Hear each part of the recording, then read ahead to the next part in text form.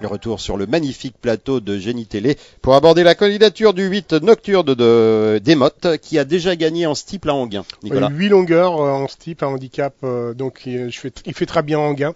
Il n'y a pas de problème de ce côté-là. Il a même été digne d'aller courir une listed avec quelques-uns des meilleurs steeplechasers d'Enghien. Donc il a fini 5e battu, mais enfin il n'a pas démérité. Le lot était trop relevé.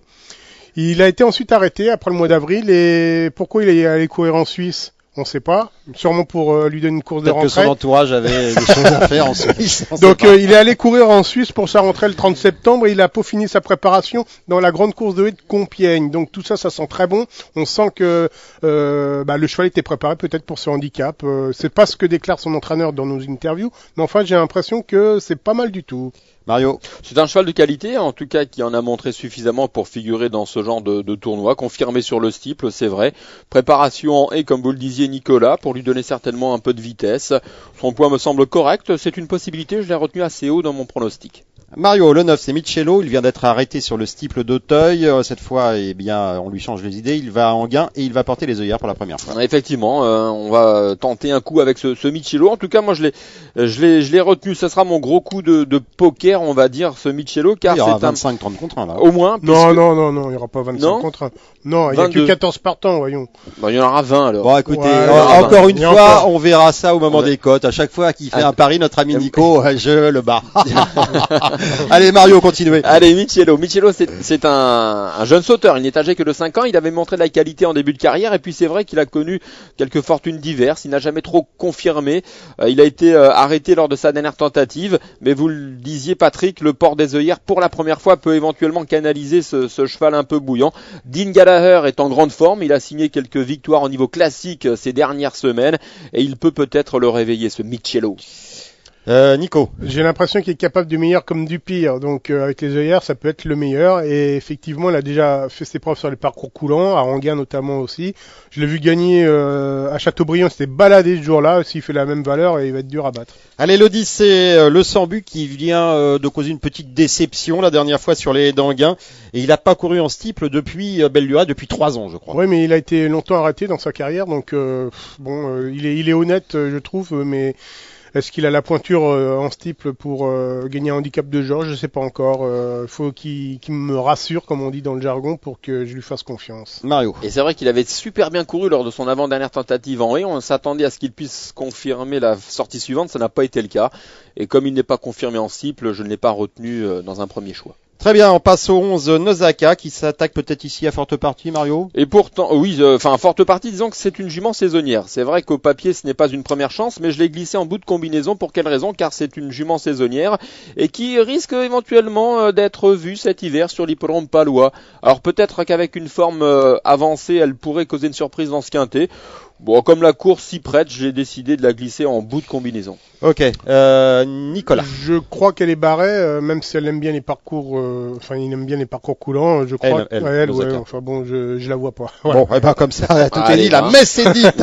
Le numéro 12, c'est le Duc d'Anzy. Il est absent depuis le 22 juin, mais alors celui-là, s'il court sa vraie valeur, première chance dans ce moment. On l'a vu déjà à Auteuil faire l'arrivée du lutteur 3, à l'arrivée du président de la République dans un quintet. Déclassé en théorie, quoi, non?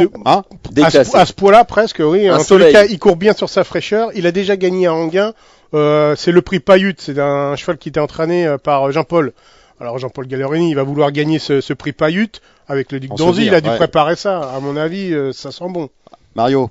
Préparer une course avec le Duc d'Anzy, ça me paraît compliqué. C'est un cheval qui a des jambes en cristal. Il l'a préparé depuis le 22 juin. Il l'a préparé depuis le 22 juin. C'est dire qu'il porte Paiute dans son cœur. Ouais. Et ça, on le sait tous. Non, c'est vrai que c'est un cheval. Ce sera tout ou rien. Il faut le retenir obligatoirement, car en valeur, il me semble au-dessus de la mêlée. Mais comme il est fragile de santé, on ne sait jamais où on en est. Mais cela dit, il faut le retenir sans hésiter. Allez, le numéro 13, c'est Air d'Anjou qui vient d'accuser certains regains de forme sur la butte Mortemart. Oui, mais cela dit, je ne pense pas que cela devrait suffire. Candidature difficile à apprécier puisque c'est un cheval qui court assez peu et sa forme est sujette à caution, même si l'autre jour c'était pas mal, je ne l'ai pas retenu. Nico. Non, attendez, 5e, il court bien. Je pense pas que ça soit une question de méforme. Moi, je le trouve même plutôt sur la montante, un cheval qui a été longtemps arrêté.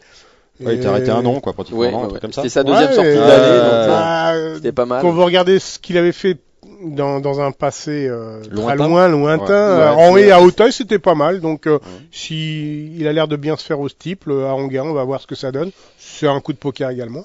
Vous l'avez retenu ou pas? Oui, je l'ai retenu. Ah, d'accord, ok. J'en avais pas compris. J'ai Je 3 veux coups, mon neveu. j'ai 3 coups de poker dans la course. Allez, le 14, enfin, Bento, 3e sur cette même piste lors de son avant-dernière tentative, mais c'était Nicolas dans un réclamé. Oui, il a même battu Zeus du Berlay, c'était en 2006, mars 2006, il bat Zeus du Berlay à Anguin, ça lui laisse en théorie une première chance, mais comme la perf est trop lointaine, je l'ai pas retenu. Cette année, il a rien fait de bon, il a même tenté l'aventure en cross-country sur des parcours de plus de 5000 mètres. Certains diront que c'est du marathon, pas moi, mais bon, voilà, donc non, je crois qu'il est en dessous de ce qu'il a fait de mieux. Mario. Bon, écoutez, Patrick, pour faire court, je ne l'ai pas retenu. Eh ben, comme ça, c'est simple, au moins. Ça fait la moyenne avec le Nico qui met 1 heure pour nous dire qu'il retient pas un cheval. Hein. Allez, ça va être l'heure du choix, une base, un outsider. Le bilan d'abord de mercredi à Bordeaux. Eh bien, Nicolas Labouras, vous indiquez comme base Farifan. Bon, c'est logique, c'est imposé. Et Julien Van Denderen, Vasterbo-Montaya, c'était sa base, 4e. Bon, bah, c'est pas mal. Et alors, ce qui était bien aussi, ce qui était même très très bien, c'est nos petits coups de cœur pour les réunions. Parce qu'à Bordeaux, monsieur Nicolas Labouras, vous proposez Prince Charmant qui s'est imposé, et à Saint-Cloud, monsieur Julien Van Denderen, vous proposez Steel Woman qui s'est également imposé. Hein, c'est beau ça. Allez, on va faire aussi bien cette fois, j'en suis sûr, pratiquement certain, avec Mario Putrino, votre base pour ce quintet d'Anguin. Écoutez, moi je vous invite à prendre évidemment le numéro 6, Neil Brise, associé à Christophe Pieux, qui est en super forme et qui devrait participer activement à la victoire. Et Nicolas Labouras, il prend quoi comme base? Je crois que le 12, Luc Duc d'Anzy va gagner. Le Duc d'Anzy. Le Duc d'Anzy, Oui. ce que j'ai dit, le 12. Et comme outsider, Nicolas. Bah, j'aime beaucoup le 8 Nocturne des Mottes, ça me paraît bien aussi. Eh ben c'est parfait. Et Mario, Et moi outsider. je vous conseille le 3, Golden Silver, puisqu'il a l'air d'apprécier la piste d'Anguin. Eh ben c'est parfait tout ça. Et donc nos fameux petits coups de cœur, Mario. C'est pour quelle réunion votre petit coup de cœur? Il y a 3 réunions, donc vendredi. Ouais, justement. On n'a que l'embarras du choix. Anguin, Lyon, Vincennes. Moi, je me suis porté sur le grand handicap de Lyon en réunion 2 dans la 4e course avec la Stop World présentée par Maxime Césandry. Il a certainement préparé son cheval pour cette course principale sur ses terres. Donc attention au 401 Top World.